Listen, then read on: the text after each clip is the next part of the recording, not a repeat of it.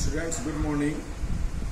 It is last day of the April. Our journey is now begins 11 days.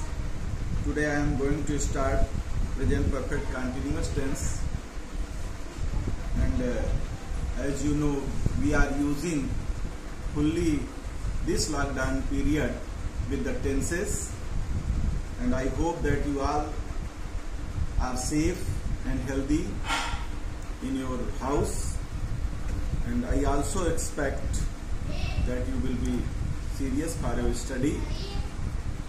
Today we are going to study about the present perfect continuous tense. Let us see. Make closer the video, please. पहचान present perfect continuous tense की पहचान बच्चों हम बताएंगे। जिन वाक्यों के अंत में रहा है, रही है, रहे हैं, ये रहा है, रही है, रहे हैं आदि शब्द आते हैं तथा समय दिया रहता है, उन्हें प्रेजेंट परफेक्ट कंटिन्यूअस टेंस कहते हैं। बच्चों, रहा है, रही है, रहे हैं पहचान प्रेजेंट कंटिन्यूअस टेंस की भी होती है। यह प्रेजेंट कंटिन्यूअस टेंस इस मामले में अलग है कि इसमें समय भी इन वाक्यों में दिया होता है। जैसे वह 2 घंटे से टहल रहा है, अगर यह होता कि वह टहल रहा है तो ये प्रेजेंट कंटिन्यूअस टेंस का सेंटेंस होता, लेकिन इसमें 2 घंटे समय दिया है, इसलिए यह प्रेजेंट परफेक्ट कंटिन्यूअस टेंस का सेंटेंस हो गया। इसका अफर्मेटिव, निगेटिव और इंट्रोगेटिव तीनों तरह के सेंटेंस हम आपको बताते हैं, हर टेंस में बताते हैं। अफर्मेटिव या सकारात्मक वाक्य बनाते समय singular subject he, she, it plus name के साथ हेल्पिंग वर्ब हैज बीन तथा plural subject I, we, you, they के साथ हैव बीन लगाते हैं। तो ये ध्यान रखना है बच्चों कि सिंगुलर सब्जेक्ट और प्लूरल सब्जेक्ट में अलग अलग हेल्पिंग वर्ब लगेगा। सिंगुलर सब्जेक्ट के साथ हैज बीन और प्लूरल सब्जेक्ट के साथ हैव बीन लगता है। दूसरी चीज है, इसमें मेन वर्ब में आईएनजी लगता है। अब जब भी है किसी भी टेंस में 2 हेल्पिंग वर्ब हो जाते हैं, जैसे हैज बीन है, हैज और बीन और हैव और बीन, तो ऐसे में हमें बहुत ही सावधानी रखना है, खासकर इंट्रोगेटिव बनाते समय। अफर्मेटिव में तो कोई दिक्कत नहीं, हैव और बीन और हैज और बीन साथ में लगा देंगे, लेकिन निगेटिव और इंट्रोगेटिव में थोड़ा सावधानी रखने की जरूरत है। मेन वर्ब में बच्चों आईएनजी लगाते हैं। निश्चित समय के लिए सिंस एवं अनिश्चित समय के लिए फार का प्रयोग करते हैं। यह फार्मूला जिस तरह से मैं अपने स्टूडेंट लाइफ में दिक्कत होती थी मुझे समझने में निश्चित और अनिश्चित, वैसे मैं समझता हूं कि सभी को दिक्कत होती होगी, तो मैं इसको आगे और बढ़िया डिफाइन करूंगा कि आपको सिंस और फार का प्रयोग करने में कहीं कोई दिक्कत असुविधा नहीं होगी। Let us see an example. मेरा भाई 2 घंटे से पुस्तक पढ़ रहा है। ये रहा है, रही है, तो और समय दिया है, इसलिए प्रेजेंट परफेक्ट कंटिन्यूअस टेंस का सेंटेंस हुआ। My brother has been, my brother is singular subject, so we use here has been not have been. And reading, read पढ़ना, पढ़ना की अंग्रेजी रीड, उसमें आईएनजी लगा देंगे। द बुक और for 2 hours, for is undefinite time, indefinite time, so we use here 2 hours before for. तुम प्रातः काल से टहल रहे हो, यहां भी प्रातः काल समय दिया है और रहा है, रही है, रहे हैं, तो प्रेजेंट परफेक्ट टेंस का सेंटेंस हो गया बच्चों। अब इसकी भी हम ट्रांसलेशन कैसे बनाएंगे। यू हैव बीन, यहां हमने हैज बीन लगाया है, यहां हम हैव बीन लगाएंगे because of plural subject you. Walking, walk is the verb and we use ing according to the rule, so we use here ing. Since morning, since is used because the time is definite, morning.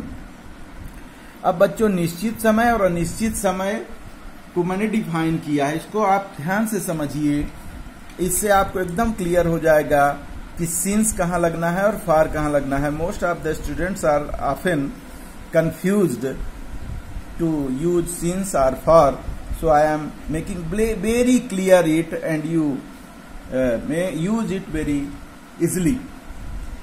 तो निश्चित समय जहां की since लगेगा उसके लिए हम name of time एक शब्द दिए हैं, नेम ऑफ टाइम, समय का नाम।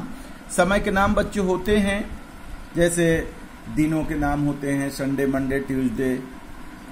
महीनों के नाम होते हैं जनवरी, फरवरी, मार्च, अप्रैल, मई, जून, जुलाई, अगस्त, सितंबर, दिसंबर।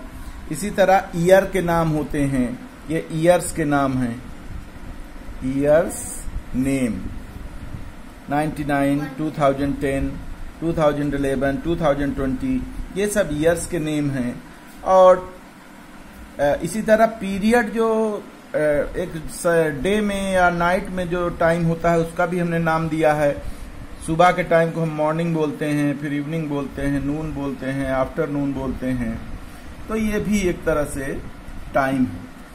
और लास्ट डे, लास्ट नाइट और लास्ट वीक, ये और ओ क्लॉक, बजे, जिसको हिंदी में बजे कहते हैं, इन सब के पहले हम सिंस का प्रयोग करते हैं। ये ध्यान से अगर हमें सिर्फ ये याद रहे कि नेम ऑफ टाइम के पहले हम सिंस लगाते हैं। और अगर दूसरी चीज यहाँ अनिश्चित समय use for, we use for here for indefinite time. Period of time, यहाँ समय का जो इकाई है, कह सकते हैं समय की यूनिट ऑफ टाइम, उसके पहले अगर हम 1, 2, 3, 4 नंबर आता है तो उसके पहले हम फॉर लगाते हैं। फॉर एग्जाम्पल घंटा, ये यूनिट ऑफ टाइम है। हफ्ता यूनिट ऑफ टाइम है। महीना यूनिट ऑफ टाइम है। दिन यूनिट ऑफ टाइम है। वर्ष यूनिट ऑफ टाइम है। समय को हम मापते कैसे हैं? घंटों में माप सकते हैं, हफ्ते में माप सकते हैं, महीने में माप सकते हैं, और दिन में और वर्ष में। तो बच्चों इनके पहले 1, 2, 3, 4 संख्या अगर आ जाए तो उसके पहले हम फॉर लगाते हैं। जैसे किसी सेंटेंस में यदि 1 घंटा, 2 घंटा, 3 घंटा, या 1 हफ्ता, 2 हफ्ता, 3 हफ्ता, 4 हफ्ता आए, या 1 महीने, 2 महीने, 3 महीने, 4 महीने आए, या 1 दिन, 2 दिन, 4 दिन आए, इसी तरह 1 वर्ष, 2 वर्ष, 4 वर्ष आए, तो उसके पहले बच्चों हम लोग फॉर का प्रयोग करेंगे। मैं समझता हूं ये आप लोग समझ लिए होंगे। अब निगेटिव सेंटेंस, इसका निगेटिव एकदम बहुत आसान है। उसमें हैज बीन, हैव बीन लगाते थे, इसमें हैज नॉट बीन और हैव नॉट बीन। सिंगुलर के साथ हैज नॉट बीन और प्लूरल सब्जेक्ट के साथ हैव नॉट बीन का प्रयोग करते हैं। सिंगुलर प्लूरल हमने यहाँ बताया है, नोट्स में हम उपलब्ध करा देंगे आपको। तो इस तरह से आईएनजी लगाते हैं मेन वर्ब में। निश्चित समय के लिए सिंस, अनिश्चित के लिए for, as I have instructed you before, plus time.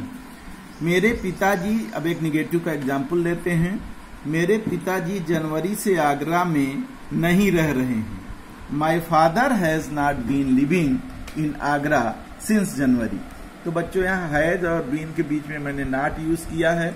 आपको भी हैज और बीन के बीच में नॉट यूज करना है। और ये देखना है कि सब्जेक्ट सिंगुलर है, my father is singular subject, so we use here has not have. Interrogative sentence में थोड़ा सावधानी रखने की जरूरत है बच्चों। इसका इंट्रोगेटिव सेंटेंस बनाते समय सारे रूल्स वही हैं जैसे अन्य अदर इंट्रोगेटिव सेंटेंस हमने बनाया है, वैसे इसके भी बनेंगे। Helping verb has oblique have, या तो हैज लगेगा या तो हैव लगेगा। सब्जेक्ट के पहले लगाते हैं तथा बीन सब्जेक्ट के बाद लगाते हैं, जैसा कि रूल सभी में है। हेल्पिंग वर्ब पहले और ये बीन डबल हेल्पिंग वर्ब वाले में यही करते हैं, चाहे विल बी शैल भी हो, चाहे हैड बीन हो जो कि पास्ट परफेक्ट टेंस का, पास्ट परफेक्ट कंटिन्यूअस टेंस का हेल्पिंग वर्ब है, चाहे will have been, shall have been हो, तो सब में हम पहला जो हेल्पिंग वर्ब होता है उसको सब्जेक्ट के पहले लगाते हैं, बाद वाला सब्जेक्ट के बाद लगाते हैं। अगर इंट्रोनिगेटिव सेंटेंस होता है तो हम फिर सब्जेक्ट के बाद नॉट लगाते हैं, तब फिर बीन लगाते हैं। ये ध्यान रखना है बच्चों। इसका इंट्रोगेटिव सेंटेंस बनाते समय helping verb has have subject के पहले लगाते हैं तथा बीन सब्जेक्ट के बाद लगाते हैं। क्या बकरी दोपहर से खेत में चर रही है? बकरी सिंगुलर सब्जेक्ट है, इसलिए has goat been grazing in the field, question mark. Has goat been grazing in the field. Since noon, since noon. अब सिंस निश्चित समय है, इसके लिए हम नून, सिंस का नून निश्चित समय है, इसके लिए सिंस का प्रयोग करेंगे। दूसरा बच्चों तुम 2 घंटे से कहाँ क्रिकेट खेल रहे हो। तो वेयर हैव यू ये WH टाइप का है, कहाँ बीच में आया है, इसकी अंग्रेजी वेयर हम पहले लगाएंगे, फिर हैव लगाएंगे चूंकि you is plural subject and as instructed in rules we have to use have before plural subject, so we use here have. तो where have you been playing cricket for 2 hours. For is use तो हमने बताया था कि 1 2 3 और unit of time अगर आए तो उसके पहले फॉर का प्रयोग करते हैं। Thank you students, very much thanks. इस चैनल को आप लाइक करें, शेयर करें, कमेंट करें और सब्सक्राइब करें जिससे अन्य दोस्त भी आपके इसका लाभ ले सकें। Thank you very much. Close करो।